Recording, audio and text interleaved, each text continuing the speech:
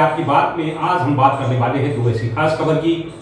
एक जो कोलकाता से जुड़ी हुई है और खासकर बलात्कार और निर्मम हत्या से जुड़ी हुई है। तो दूसरी खबर मध्य प्रदेश से जुड़ी हुई है, जहां मध्य प्रदेश के मुख्यमंत्री मोहन यादव ने एक सराहनीय निर्णय लिया और मध्य प्रदेश में स्थापित चेक पोस्टों को खत्म करने की घोषणा की, जिसका पालन भी मध्य प्रदेश में हो रहा है। तो वहीं दूसरे रास्ते चेक पोस्टों की जगह चेक पॉइंट निर्धारित किए गए हैं, जिससे वाहनों की नियम पालन कर रहे हैं नहीं कर रहे हैं उनकी चेकिंग की जा सके। तो सबसे पहले हम बात कर लेते हैं कोलकाता में हुए बलात्कार और हत्या के प्रकरण की, जिसकी अभी हाल ही में सीबीआई जांच कर रही है। देखा जाए तो यह जघन्य अपराध है और अगर यूं कहें कि जब से मानव जीवन की उत्पत्ति हुई है तब से इस तरह के जो कांड हो रहे हैं, जिस तरह की घटनाएं घट रही हैं, ना तो यह पेड़ पौधे पशु पक्षी या यूं कहे कि जीव जंतु जानवरों के बीच में भी इस तरह के कृत्य नहीं देखे जाते कि मादा जाति पर नर प्रहार करे, उनकी हत्या करे। यह आज एक वैज्ञानिक सच भी है जिसे देखा और उसकी अनुभूति भी की जा सकती है। मानवों के बीच अगर यूं कहे कि मानव का धर्म तो यह था कि वह पेड़ पौधे जीव जंतु जानवर जितने भी जीव जंतु इस भूभाग पर मौजूद हैं उनकी समृद्धि और सुरक्षा का मार्ग प्रशस्त करे। जब मानव जीवन में ही इस तरह के अगर यूं कहे कि राक्षस असुरों में भी इस तरह के कृत्य नहीं देखे गए और ना ही इतिहास में देखने मिलते हैं, जिस तरह के कृत्य आज मानव जाति के बीच में देखने मिल रहे हैं कि बलात्कार और हत्या जैसी जघन्य अपराध, निश्चित ही इनकी कड़ी कानून होना चाहिए। ऐसे दुर्दांत 50 इन्हें 50 कहें तो कोई अति संयोक्ति नहीं होगी।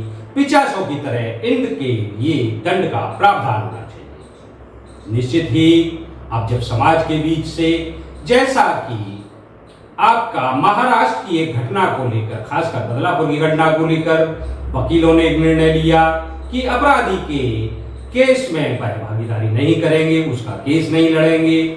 और जिस तरह से असम में इसी तरह के घटनाक्रम को लेकर वहां के गांव समाज ने जो निर्णय लिया कि वह उस अपराधी की ना तो मैयत में शामिल होंगे ना ही उसकी अंतिम यात्रा में शामिल होंगे। निश्चित ही समाज का ये कदम सराहनीय है और इस तरह के कदम होना चाहिए।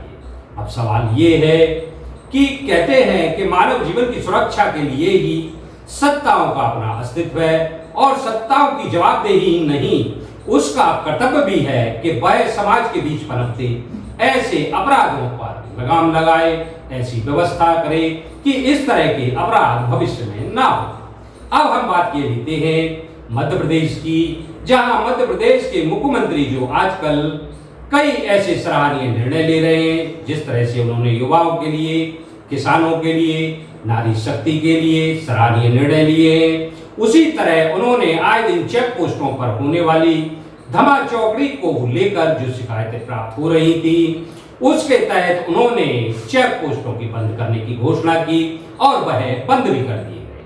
मगर अब एक सवाल ये भी है कि जिस तरह से चेक पॉइंटों की शुरुआत हुई है, उनके परिणाम क्या रहने वाले हैं, आम ट्रांसपोर्टर और ड्राइवरों को क्या सहूलियतें, उनको क्या शिकायतें या उनकी अब जो यात्रा है वो कितनी सुखद रहने वाली है, यह तो आने वाला समय ही तय करेगा।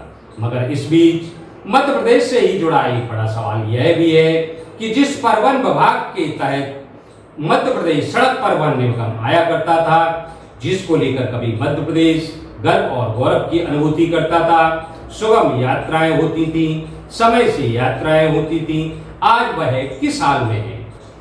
सवाल ये भी है कि जिस परिवहन विभाग पर अपना ही अमला नहीं है, पर्याप्त अमला नहीं है, उधार के अमले से उसका काम चलता है। अब ऐसे में जब चेक पोस्ट बंद करने और चेक पॉइंटों को शुरू करने का निर्णय लिया गया है, तो कैसे यह 53 जिलों में सफल अपना काम कर पाएंगे।